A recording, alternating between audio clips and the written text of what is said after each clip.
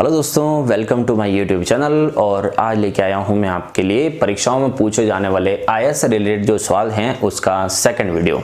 ठीक है, तो फर्स्ट वीडियो में अपने पढ़े थे सवाल 1 से लगाकर 7 तक के, और अब लाया हूं मैं 8 से 14 तक के सवाल। ठीक है, और जिन्होंने मेरा ये परीक्षाओं में पूछे जाने वाला फर्स्ट वीडियो नहीं देखा हो तो आई बटन यहाँ जो दिख रहा है आपको उस पर क्लिक करिए। यहाँ पर मैंने लिंक दे रखी है, अदरवाइज डिस्क्रिप्शन में नीचे मैंने वहां पर भी सब लिंक दे रखी है, आप वहां जाके देख सकते हैं, या फिर मेरे चैनल को सब्सक्राइब कर लीजिए तो प्लेलिस्ट के अंदर सारे वीडियो आपको मिल जाएंगे।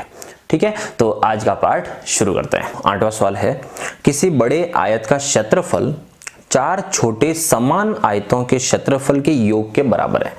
यदि बड़े आयत की लंबाई और छोटे आयत की लंबाई समान हो तथा बड़े आयत की चौड़ाई 2 मीटर हो तो छोटे आयत की चौड़ाई क्या होगी। तो लिखने का तरीका क्या रहेगा, तो बड़े वाले का तो क्षेत्रफल हो गया लंबाई इंटू चौड़ाई, और छोटे वाले 4 जो समान क्षेत्रफल वाले हैं तो उनका क्षेत्रफल भी समान ही है, मतलब लंबाई इंटू चौड़ाई के हैं वो सब, लेकिन इसकी लंबाई और छोटे वाले की लंबाई सेम है। तो ये तो हो गया लंबाई तो सेम, पर चौड़ाई अलग अलग है, तो इनकी चौड़ाई कितनी है पता नहीं है। तो यहां पर कर लेता हूं मैं फर्स्ट की चौड़ाई इनकी फर्स्ट, लेकिन ये है कितना टोटल 4 है, तो यहां पर आगे लगाएंगे अपन 4 कि इन चारों का क्षेत्रफल जो होगा वो इसके बराबर है। क्लियर। अब इधर भी लंबाई सेम, इधर भी लंबाई सेम, दोनों तरफ पड़ गया। ठीक है, और इसकी चौड़ाई आपको दे रखी है कि बड़ा वाला जो है उसकी चौड़ाई है 2 मीटर, तो ये 2 लिख दिया। इधर कितना है 4, और इधर ये कितना हो गया चौड़ाई, इसकी याद करनी है। इसकी चौड़ाई कितनी हो जाएगी, तो 4 इधर आ जाएगी नीचे, तो 2/4, इसका मतलब इसकी चौड़ाई कितनी हो जाएगी 2/4 काट दो 1/2।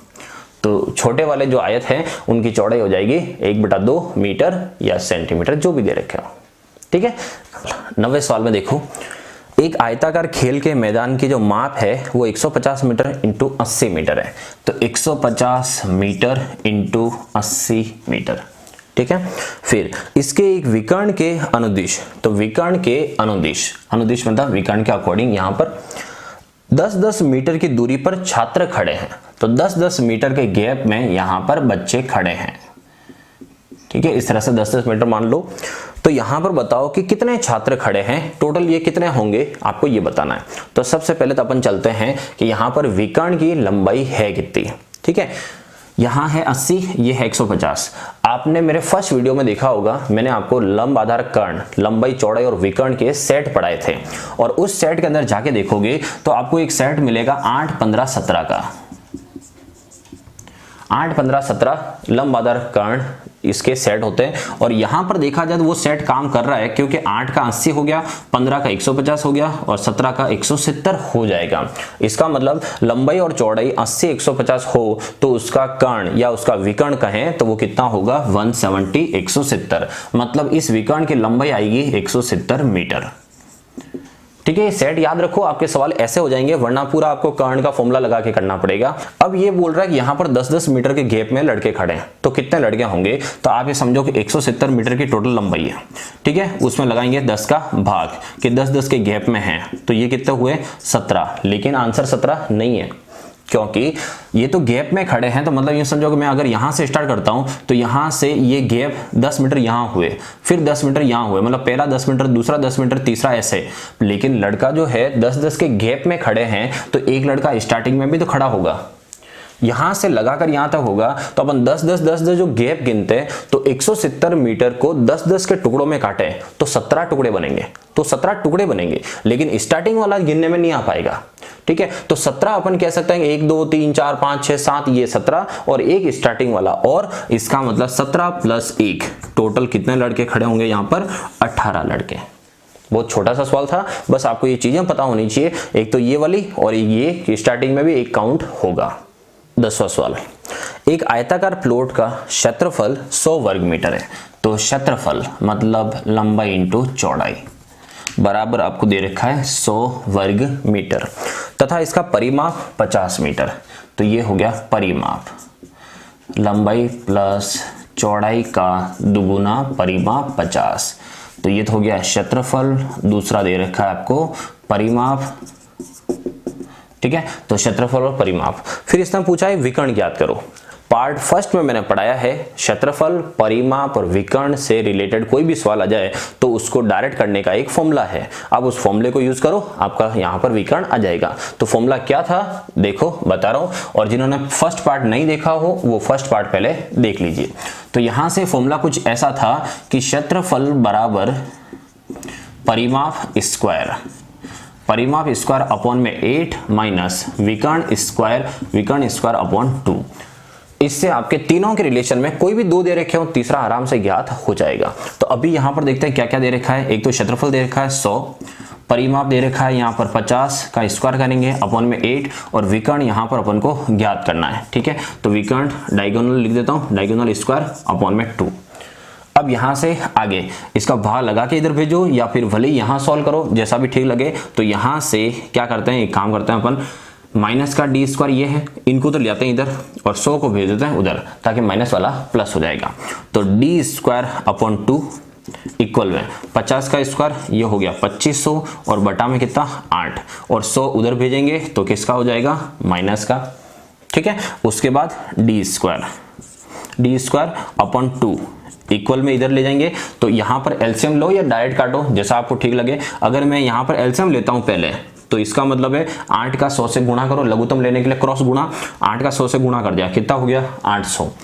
2500 माइनस इधर आ रहा है 800, तो 2500 में से 800 जाएगा, कितना बचेगा 1700। तो ये हो गया 1700, और 1700 के बटा में कितना है 8, तो यहां से ये 8 ऐसा कैसे रहने वाला है। अब डायगोनल निकालना है अपन को, तो विकर्ण, तो 2 को भी मैं उधर भेज दूंगा। तो यहां से डी स्क्वायर बराबर क्या हो जाएगा 1700 इंटू 2, क्यों यहाँ पर, क्योंकि 2 नीचे है तो उधर ऊपर जाएगा, और बटा में ये, और 2 से ये कटेगा कितनी बार 4 बार, और 4 से भाग लगाओ इसको, तो 4 से कितना 4 4 16, फिर यहाँ 10, 4 दूनी 8, 2 0 5, तो मतलब ये कटा 425 बार। पर ये डी स्क्वायर है, अभी भी अपन को डायगोनल नहीं मिला, तो डायगोनल निकालने के लिए क्या करेंगे, स्क्वायर हटाओ, तो स्क्वायर हटाने से सामने क्या मिल जाएगा रूट, तो रूट का 425।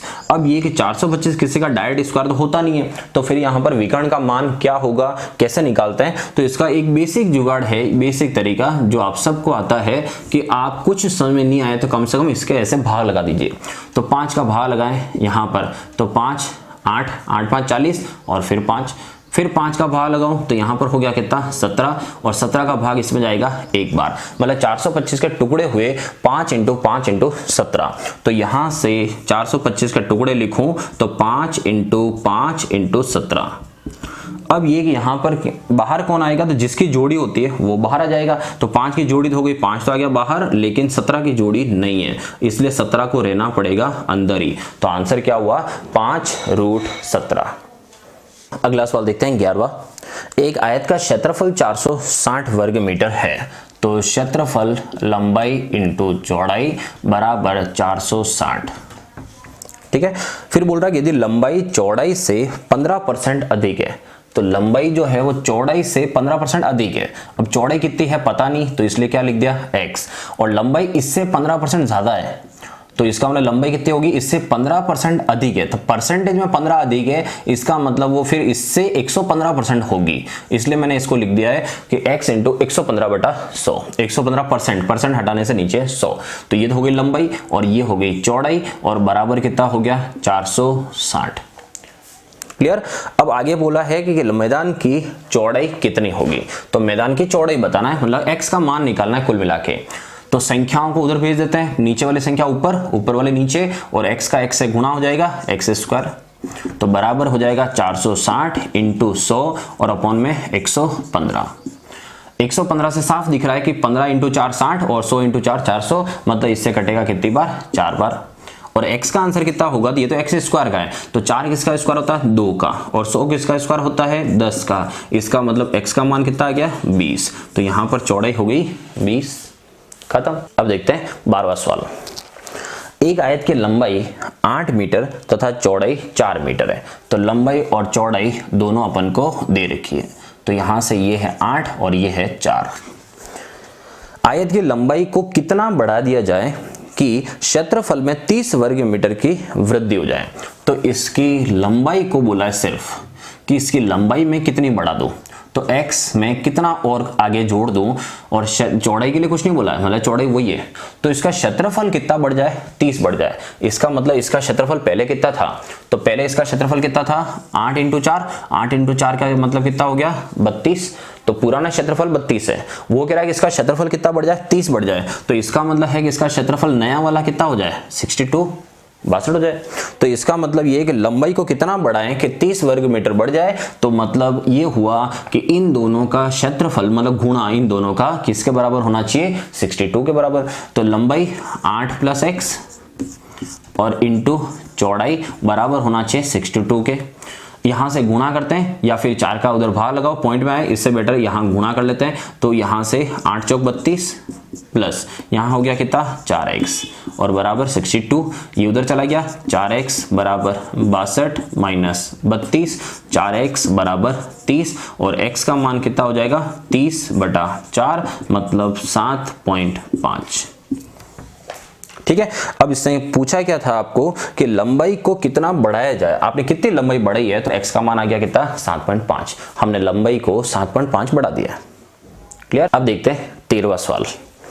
तो अगला सवाल दे रखा है आपको कि आयत की चौड़ाई उसकी लंबाई की 75% है और यदि प्लॉट का परिमाप 56 है, परिमाप का आधा करो लंबाई प्लस चौड़ाई 56 का आधा कितना हो गया 28 मीटर, तो लंबाई प्लस चौड़ाई हो गई 28। अब इसने बोला है कि आयत की जो चौड़ाई है उसकी लंबाई की 75% है, चौड़ाई लंबाई का 75%। अब लंबाई कितनी पता नहीं है तो इसको क्या लेंगे x, तो ये यहां से कितना हो जाएगा इसका 75%, तो x का 75% है ना, 75% कम बोला है ना अधिक बोला है। पिछले सवाल में 15% अधिक बोला था इसलिए 100 में 15 जोड़ा था, इस बार साफ बोला है कि 75% है इसलिए डायरेक्ट लिखा है कि x का 75%। ठीक है, 25 के पहाड़े से कट रहा है तो 25 के पहाड़े से 3 और बटा में 4 और बराबर ये 28।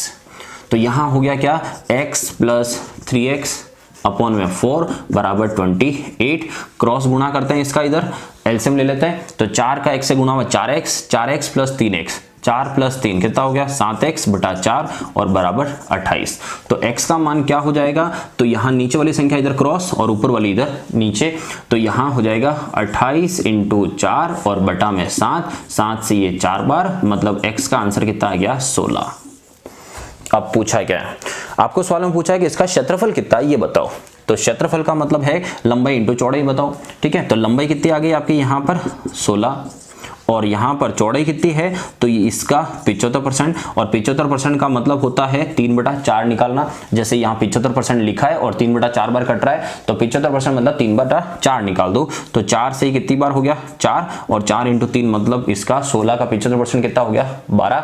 अब आपसे क्या पूछा है क्षेत्रफल, तो इसका गुणा कर देते हैं 16 × 12 192 मीटर स्क्वायर। 14वां सवाल देखिए, सवाल में लिखा है कि आयत की लंबाई तथा चौड़ाई को क्रमशः 2 सेंटीमीटर तथा 3 सेंटीमीटर बढ़ाया गया है। तो लंबाई को कितना 2 और चौड़ाई को कितना बनाया है 3।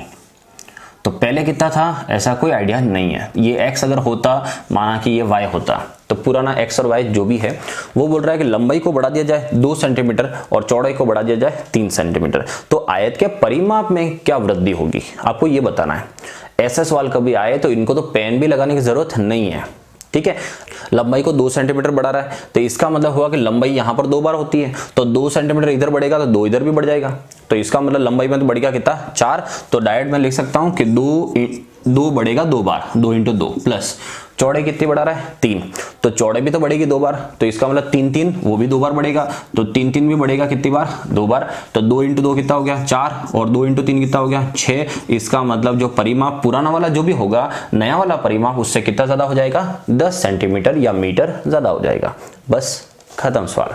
तो दोस्तों आज का वीडियो बस यहीं तक था। ठीक, वीडियो पसंद आए तो दूसरों के साथ शेयर जरूर करिएगा। तब तक के लिए जय हिंद।